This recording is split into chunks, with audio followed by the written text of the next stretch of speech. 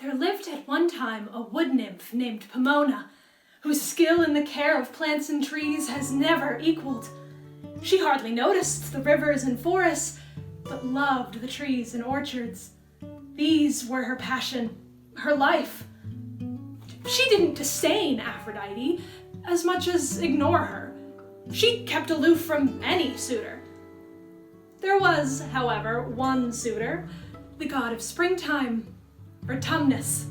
He was in love with her more than all the rest. He adored her. In the manner of the Shire gods, he'd disguise himself, would put on the clothes of a farmhand, wear a straw hat and a working man's shirt, and stick haystacks behind his ears to look like some storybook yokel. Howdy! When that produced nothing, he thought he might hold in his hands a pruner, trying to look like a field hand who tends the grapes in their arbors. At the complete failure of that, he came with a ladder, to seem as though he were bound for some nearby orchard to gather apples. With wigs, costume, and makeup, he once tricked himself out as a soldier, romantically returned from foreign wars. Another time, he set himself up as a fisherman, fishing in her path. On the off chance she might pass by, he stayed from dawn to dusk, passing from boredom to terror and back again. The point was just to be near her. Stand there and gaze at her beauty. And maybe to wish her good morning. Or good afternoon. Or good evening. Before he plodded on by. I live for these trivial moments. One day, he put on an old woman's dress and a wig and wandered through the green, green hills until he saw his beloved standing in the lavender.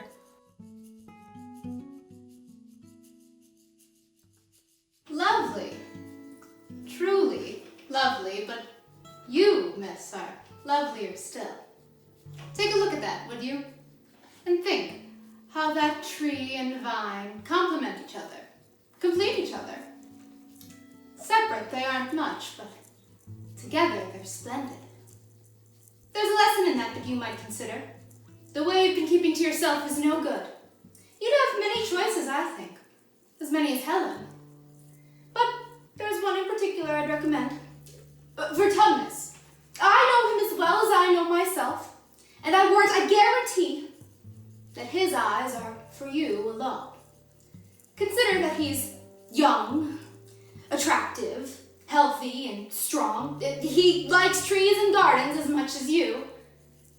Besides, he's fun and takes on various disguises. It's a game he likes to play. Believe me, you may take these words I speak as if they were coming from his own mouth. None of this was working. Listen, aren't you afraid of offending Aphrodite? Don't you know the story? What story? The story of Cinyras, his daughter Mira, and Aphrodite. No. And he began to tell her.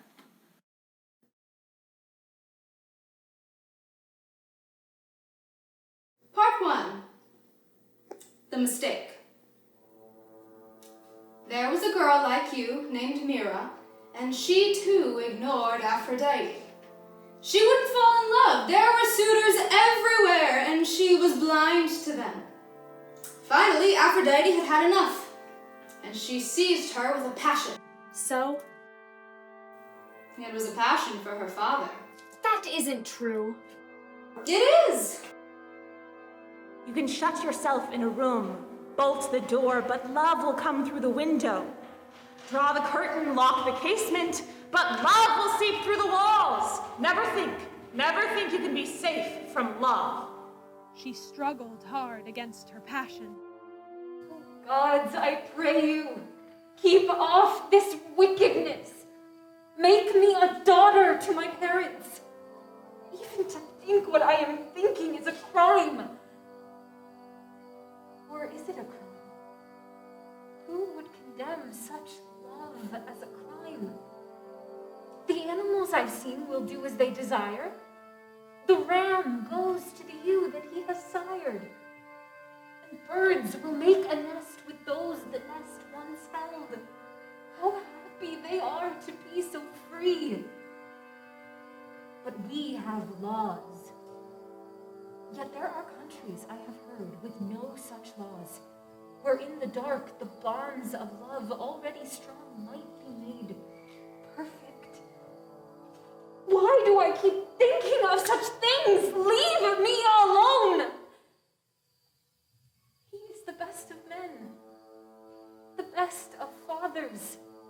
If I were not his daughter, then I might lie with Cinyras. But I am his daughter.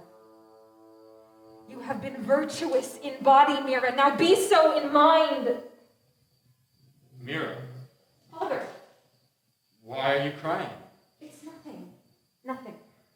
Why should a girl like you be sad? There are suitors at our door every day, yet you keep refusing them. And weeping in the corners of the house? Is there someone special you're hiding? No. What are you waiting for? Nothing. None of them pleases you? No. What sort of husband would you like? One like you. Midnight came, and sleep crept through the palace to fold men in his arms. But Mira could not sleep. Tangled in a dream of her father, she tossed all night long, caught between her shame and her desire, like a tree once wounded by the woodman's axe that leans first one way in the wind, then another, hesitates, but always falls. Part 2. The Solution.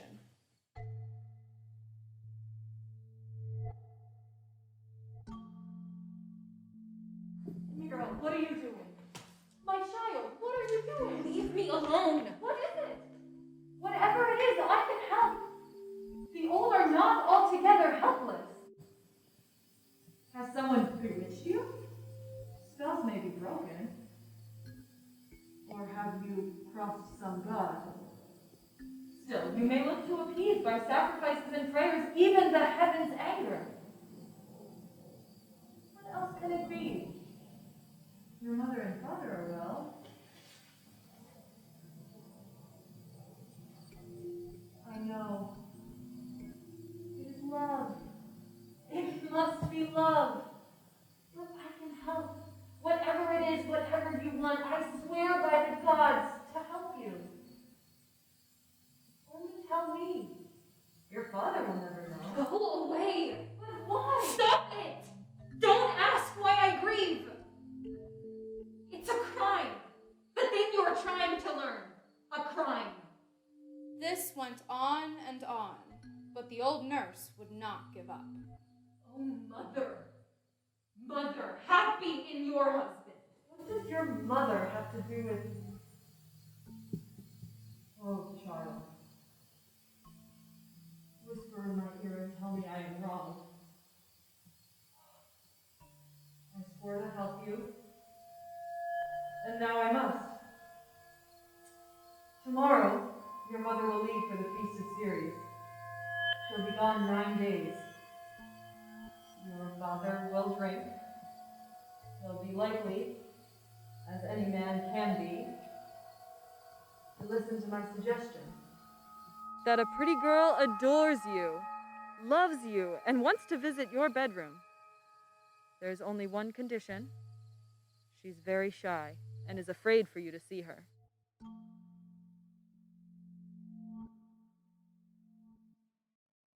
Part 3. The Corridor. In the small hours of the night when all was still in the palace, when the moon had fled from the sky and the stars were concealing themselves in a shroud of cloud, Mira set out for her father's apartment. She stumbled, recognized this as an omen, but nevertheless turned down the hallway. She continued down the corridor, clutching her nurse's arm for support. The hall is endless, but then, too soon, they arrive at the door. Part 4. Unnameable. Guilty, but shameless. There's nothing to fear or to hope for now. The next night she returns. Because twice is no worse than once. And the third night, she's back again. Let me see you. No. I want to see you. No. Let me see you. No! She escaped into darkness. Out of the room, the house, the city, into remote and exotic lands, into the wilderness.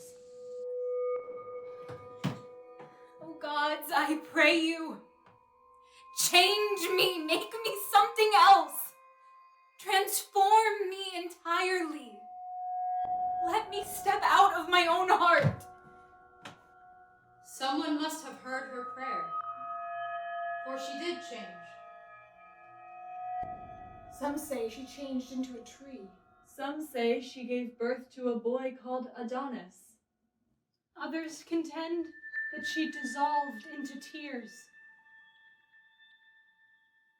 And this last was no mere expression, some rhetorical turn or poetic and hyperbolic trope, but simply the unadorned, terrible truth. She stepped into a shimmering stream and began to dissolve. Her body melted. And then she was gone. This story got Vertumnus nowhere. Why are you wearing that ridiculous wig? I thought, take off that makeup. I'm embarrassed. Take it off. When at last the god revealed himself, just as he was, much to his surprise, he had no need for words. Pomona was happy with what she saw, unadorned and undisguised. Soon enough, the vine was clinging to the tree.